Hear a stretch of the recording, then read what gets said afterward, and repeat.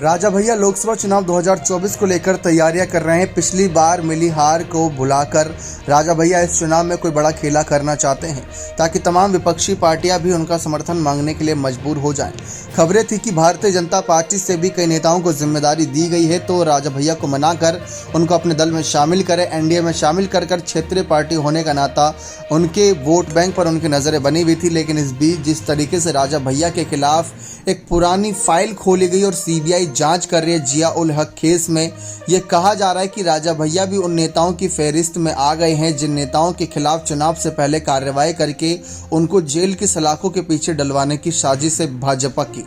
ये एक बड़ी कोशिश की गई है भाजपा की तरफ से कि उनको जेल की सलाखों के पीछे डलवा दिया जाए। लेकिन क्या इस रणनीति में भाजपा पास हो पाएगी या फिर ये पुराना मामला था, इस वजह से ये मामला अभी तक तूल पकड़े हुए? दोनों ही पहलू हो सकते हैं, लेकिन इन सब के बीच देखा जाए तो राजा भैया फंसे हैं, इस बात में कोई दोहराई नहीं। क्योंकि दोबारा छानबीन होगी और जो पहले राजा भैया के साथी थे आज वे उनके खिलाफ है। अगर बयानबाजी हो गई, किसी ने बयान दे दिया राजा भैया के खिलाफ, तो राजा भैया की बैठे बिठाए मुसीबत बढ़ जाएगी। लेकिन इन सब मामले से अलग अखिलेश यादव के साथ अब राजा भैया की तस्वीरें देख ही रहे हैं, तो खबरें यही हैं कि क्या राजा भैया भी सीबीआई और तमाम इन जांचों से परेशान होकर अब इंडिया दल में शामिल होकर के अखिलेश का साथ देना पसंद करेंगे उत्तर प्रदेश में? क्योंकि अगर ऐसा होता है तो राजा भैया भी उन नेताओं की फहरिस्त में आ जाएंगे जो भाजपा की तमाम रणनीतियों और तमाम राजनीतियों से परेशान होकर उनको हटाने की बात करेंगे।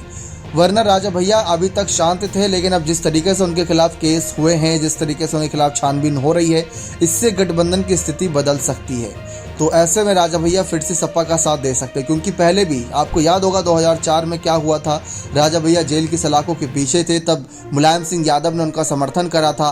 तब मुलायम सिंह यादव के समर्थन का मिलने के बाद राजा भैया काफ़ी खुश और काफ़ी भावुक भी हो गए थे।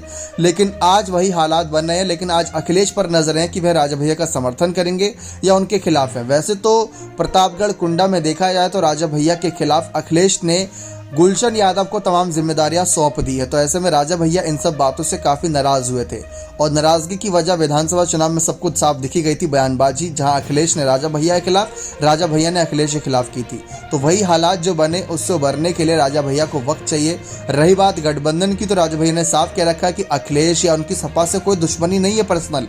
बात राजनीतिक मतभेद की है, तो वो मतभेद कभी भी दूर हो सकता है अगर विचारधारा मिल जाएगी। तो यही बड़ी शर्तें आप देखते हैं राजा भैया का गठबंधन पर फैसला बदलेगा या नहीं, या अकेले ही चुनावी मैदान में उतरेंगे। बने रहें चैनल के साथ। बहुत बहुत धन्यवाद।